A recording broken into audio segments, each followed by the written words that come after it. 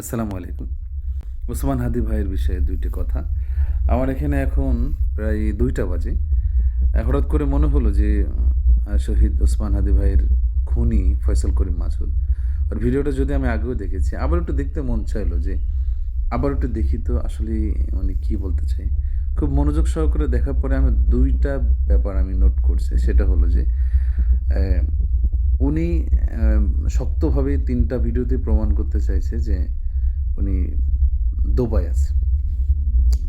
তা এটা প্রমাণ করলে কি হবে যে তার ব্যাপারে খোঁজাখুঁজি ব্যাপারটা বন্ধ হয়ে যাবে। এটা আমরা সবাই জানি।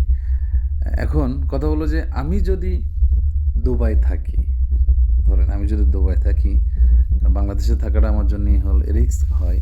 তো এটা তো প্রুভ করার কিছু নাই। প্রমাণ দেওয়ার তো কিছু নাই। আমি দুবাই আছি আমাকে বাংলাদেশ পুলিশ চাইলেও ধরতে পারবে না। তো এত প্রুফ দেওয়ার কি আছে? এত বলাবলির তো কোনো কিছু নাই। আমি দুবাই আছি শেষ।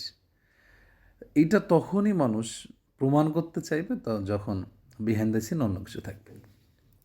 দ্যাট মিন ডাল মে কুছ কালা হ্যায়। আরেকটা ব্যাপার হলো যে এরকম স্ক্রিনশট তো আসলে আপনি জায়গায় বসে কয়েকটা বানাইতে পারবেন। উনি যেহেতু আইটি এক্সপার্ট, হ্যাঁ? ওনার জন্য এটা কোনো ব্যাপারই না। তো এটা উনি করতে পারবে। এটা প্রুভ হওয়ার মতো আমি মনে করি যে কোনো দলিল-আদিল্লা কোনো কিছু নেই। সবচেয়ে বড় কথা হলো যে আমি যদি আসলে দুবাই থাকি তাহলে আমি কী বলব? এই যে দেখেন আমি দুবাই আছি, হ্যাঁ?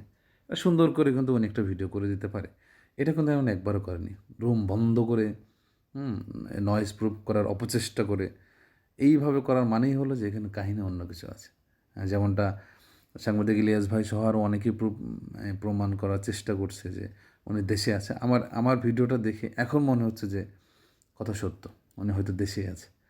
তাহলে হচ্ছে যেই পদ্ধতিতে উনি প্রুভ করার অপচেষ্টা করছে এটা আসলে কমপ্লিটলি রং। হুম?